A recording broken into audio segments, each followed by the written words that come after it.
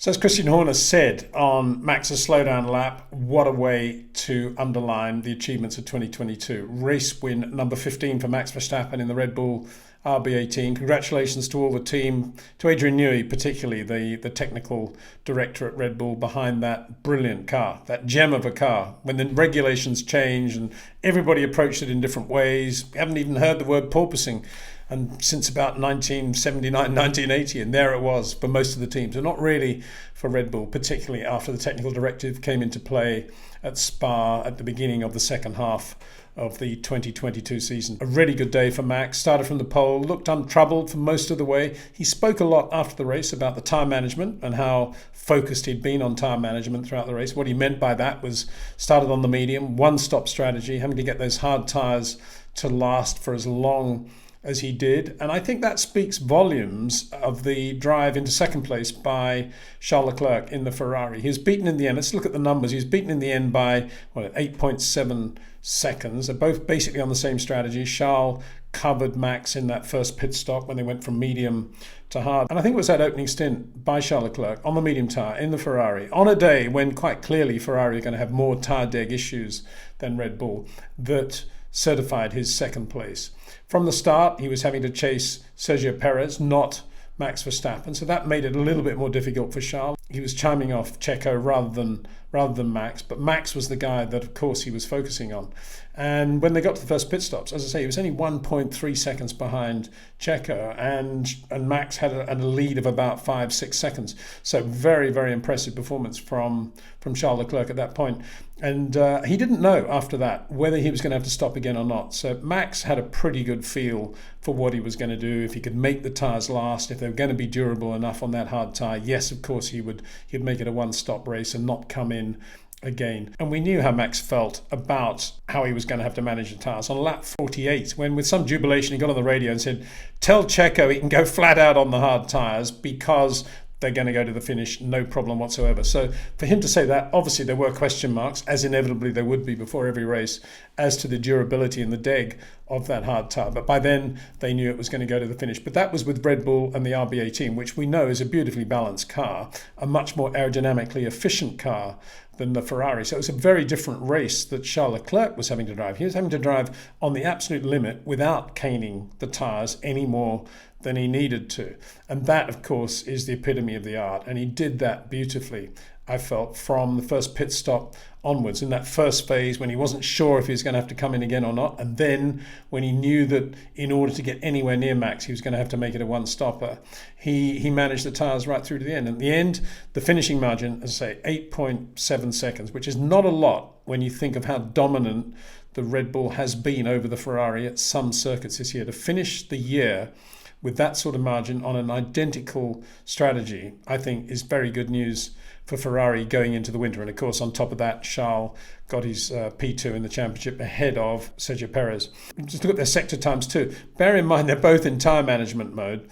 Max 18.0, Charles Leclerc 18.0, sector 1. And that's a sector with high-speed braking, and it's also a high-speed change of direction. So very impressive performance from Ferrari there. Sector 2, we know that the Red Bull always had a top speed advantage, 38.2 compared to 38.5. And that's surprisingly small difference. And I think that speaks again to how well the Ferrari was managed into that chicane at the end of the straight under high-speed braking, and also into the next left-hander. So very, very good performance from Ferrari there. And sector 3, 32.8, exactly the same as Max Verstappen. So what I'm saying is really, really good drive by Charles Leclerc.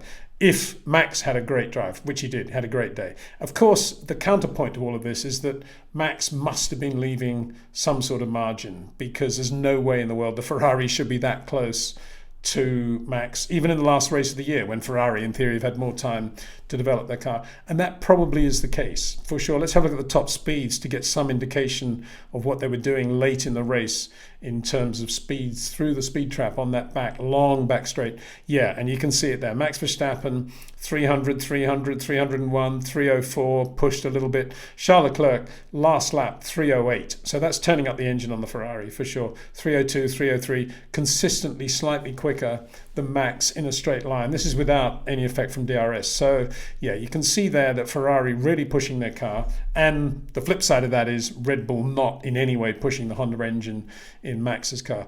Having said all of that, just to repeat myself, don't forget this is an RB18 that Ferrari are racing against in this last race. And that is a great way for Ferrari to go in to the winter, I think. Just while we're on that page there of stats, look at Sergio Perez's last lap through the speed trap, 310, absolutely flat out, trying to catch Charles Leclerc, really turned it up. So that just shows how much Max had in hand in terms of how much usable power he could have been using back end of the race. And to confirm the speed of the Ferrari, Carlos Sainz doing more or less the same top speeds, apart from that last lap by Charles as well. Anyway, we'll come back to those top speeds a bit later on because there'll be other things to discuss. By contrast, let's have a look at the Carlos Sainz race and how that compared with Sergio Perez, because both of those ran the same strategy as it turned out. Even though going into it, I don't suppose Ferrari really knew what Red Bull were going to do. It was about lap 30 that Carlos Sainz got on the radio to say, looks like Red Bull are going to run one stop. We need to be ready for that. But shortly afterwards, lap 34, Sergio Perez came in for his second set of hard tyres. Now, that might have been to counter the point that Carlos Sainz had just made on the radio. But more likely, I think, it was in response to Checo, probably a mistake, I think, by Checo, to get on the radio, lap 29, to say, Max is holding me up, which was like a red rag to a bull, to the proverbial bull, excuse the pun. Because at that moment, of course, Max immediately started to reduce his lap times and the gap between Max and Checo started to increase. And at this point, Checo's on older tyres. He's come in earlier, 5 laps earlier than Max. So no surprise there. Max is just cruising. But when that message gets out, he thinks, right, okay, let's start to get serious now. I'm not going to have another issue with Checo. And I think at that point, Red Bull felt just to avoid any sort of issues in this race, because no matter what they say, no matter what the full smiles said before the race about the relationship between Max and Checo, inevitably, if they got close, there might have been some issues. And so what Red Bull then did, kind of solve the problem for Carlos Sainz, was to bring Checo in for that second set of tyres and put him onto the two-stop strategy, 2 sets of hard tyres, having started on the medium. And that was a bona fide strategy. I mean, it wasn't as if they were putting him way out to dry, because that was a strategy mentioned by Pirelli as a potential race-winning strategy. So Red Bull could always argue, well, we just split the strategies between the two drivers, the logical thing to do. So he came in then, and then as a result of that, of course, Carlos Sainz came in as well on lap 39, 6 laps after Sergio Perez, basically around where their first pit stops had been anyway in terms of the gap. Well, the gap had expanded slightly, but a good second stint, you could say, by Carlos Sainz. But look at that. Fastest laps, Carlos Sainz, 28.8, Sergio Perez, 28.9. Best sector 1, 17.9 for Sergio Perez, 17.98 for Carlos Sainz, nothing in it. Best sector 2, 38.1, 38.0 for Carlos Sainz. Actually a purple sector. Nobody was quicker than Carlos Sainz through sector 2 all day, even though the Ferrari was not the quickest car in a straight line. Obviously, he was really, really good under high-speed braking early on, and he was throughout the race, and he was really good on high-speed change of direction. So that says a lot about the Ferrari. And Sector 3, 32.4, 32.5, 1/10 in it. But look, at the end of the race, 14 seconds advantage to Sergio Perez. So that shows, to some extent, how good the Red Bull was versus the Ferrari on similar strategies. But then look what the margin was between Max and Charles Leclerc. Going back to that, really, really good performance from Charles Leclerc. And speaking of high-speed braking, I guess at this point we should bring Lewis Hamilton into the frame, because he drove superbly all day, I thought. But he was a victim of Carlos Sainz on the opening lap of the race. Inevitably, the Mercedes was caught in the toe by Carlos. There was no DRS, of course. And Carlos came down the inside. Lewis did what he did on that last lap at Abu Dhabi in 2021. I don't want to remind viewers of that race necessarily, but on that last lap, when it was quite obvious Max was going to do him, Lewis just kept the door wide open into the the braking area into that chicane at the end of the back straight. And he did the same on the opening lap. And no surprise, Carlos got a really good run under the rear wing of the Mercedes and went down the inside. And Lewis, doing what he did with Max, just stayed on the outside. Carlos inevitably came over slightly, and Lewis bounced over the curb, damaging the floor of the car irretrievably on that opening lap of the race. I can imagine the Mercedes guys would have been in the garage like this, and not saying, not blaming Lewis, blaming Carlos for sure for that one, and then rejoined in front of Carlos as a result, but then gave the position back, and it was a messy start to the race. And then bizarrely, Lewis slowed relatively dramatically and was passed even by his teammate George Russell. Got on the radio to say, I've lost power. And he thought, well, that's the end of the race. And then suddenly he picked up power. And after his first pit stop, he was really quick and repassed George and got away from George. He was much quicker than George. Really, really strange race for Lewis. And then later on, after Checo's second pit stop, there was some argy-bargy between Lewis and Checo. Again, a bit like 2021 Abu Dhabi. And Checo getting past at the end of the straight, Lewis repassing him in the toe, on the DRS toe, through the next section. And then Checo having to do the pass again. And in reality, it was that delay in passing Lewis when he was on much fresher tyres that potentially cost Perez P2 in the World Championship. Because if Lewis hadn't made it as difficult as he did, Perez would possibly have caught Leclerc with 1 lap to go and might have got him under DRS on the last lap. But as it was, Perez took, effectively 3 laps to get past Lewis Hamilton on much fresher tyres. And that was just Lewis, just not giving up. He's like a dog with a bone. And just, I thought, I'm not going to get into this business of driver of the day because I felt Lewis drove superbly as well. And a great shame for him, I think, probably. Or did he really care when he's not actually going for a win? Does it really matter that much to Lewis these days? I don't know. But he stopped right at the end when the hydraulics went on the car. Very unusual failure for anybody this year, really, and certainly for Mercedes. And not a good way, not a nice taste to have in your mouth going into the winter, that right at the end of the race, you've retired Lewis Hamilton's car with an hydraulic failure. And as for the other Mercedes, a very difficult race for George Russell as well, because he didn't make a great start, but he was quick and he was aggressive. And then he got done for an unsafe release from his pit stop, nearly took out Lando Norris as he accelerated out of the pit stop. And it wasn't a quick pit stop anyway. He got a 5-second penalty for that, which of course then lost him time in the second pit stop round. He was aggressive, he was pushing, but let's just have a look at the top speeds at the end of the race again, because that'll give us an idea of what sort of battles Mercedes were fighting throughout the race. You can see there George Russell 302, 299, 295. Yeah, quicker than Lando Norris in the McLaren Mercedes, who drove very well all day, gotta say, drove really well. His nemesis, if you like. Not only 2 Brits, but also what happened in the pit lane. But look how, that's a big margin that he was fighting against. And Lewis was just the same. Lewis was just a sitting duck in a straight line. So Mercedes finished the year in a rather unsatisfactory way. P5 for George and a DNF for Lewis, but they did finish 1-2 in the Brazilian Grand Prix, so there'll be that much to take home over the winter as well, of course. Let's have a look at some of the other results. Lando Norris, as I say, P6, really good result for him. But in terms of the Constructors' Championship, it was Alpine who got that P4. They effectively got it in Brazil when both McLarens did not finish there. Esteban Ocon just backing that up with a good P7. Fernando Alonso also looking very strong, held up, you got to say, early on by a fast-charging Sebastian Vettel. Fernando was just a little bit quicker. Sebastian in his last Grand Prix. Fernando about to take over the car that Sebastian was driving. Both of them old campaigners anyway. They're having a lot of fun. Even on the grid, Fernando went up to Sebastian, by which time Sebastian was sitting in the cockpit with the helmet on just before the start of the race, and Fernando's still out of the car shaking hands and wishing him all the best. And I think you could see when they were battling and you saw the 2 cars together, you could see why Sebastian is so good around Abu Dhabi. He was very good in qualifying, of course. And it's because they go down the back straight through the chicane and then another straight. And then they go into that long new corner, the new corner from last year, the banked left-hander.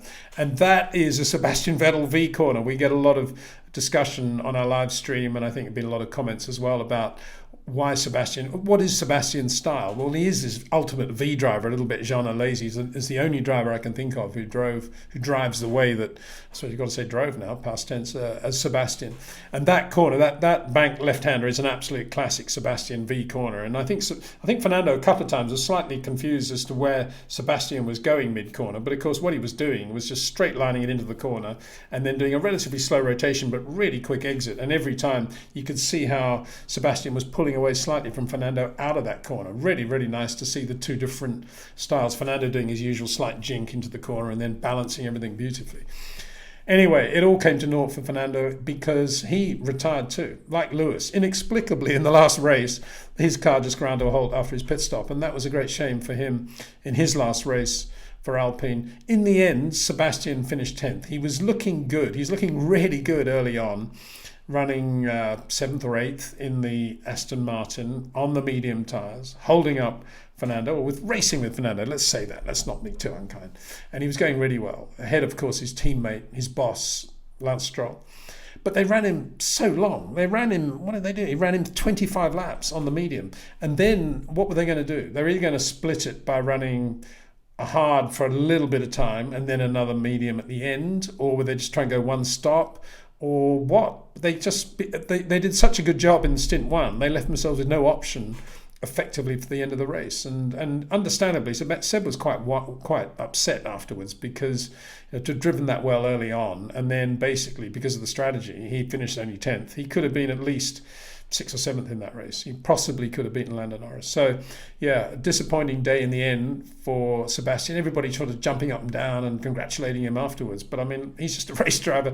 And I guess he probably was thinking during that race, in that early stint, the first part of the stint, when he was doing all that racing and passing, he would have been thinking, why am I retiring? I'm really enjoying this. Car's getting better. Here we are, actually reasonably competitive. What am I doing? Probably what he would have thought, because he's a racing driver. Anyway, good final race, you got to say. And Sebastian given a lot of accolade before the race, justifiably so as well. So Fernando retired, and Esteban Ocon finished 7th, but did a good job for Alpine all day. And Lance Stroll 8th. The boss finished 8th, and a good job. You know, it was the right sort of strategy for a car midfield. I think it was obviously start on the medium, then to the hard, and then go to the medium again back end of the race, and he was in good shape by the end.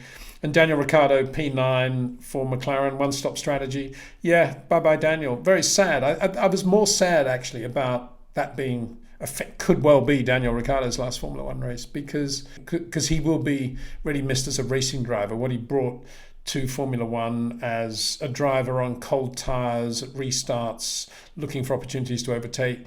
Obviously, he's massively lost confidence this year, well, over the last 2 years, getting blown away by Lando. But it all started with that, you know, I'm going to say, well, we shouldn't feel too sorry for him, because it all started because of that insane decision actually, to leave Red Bull when he did, purely because he didn't like the way Max was beginning to dominate things there in terms of pace and obviously the team as well.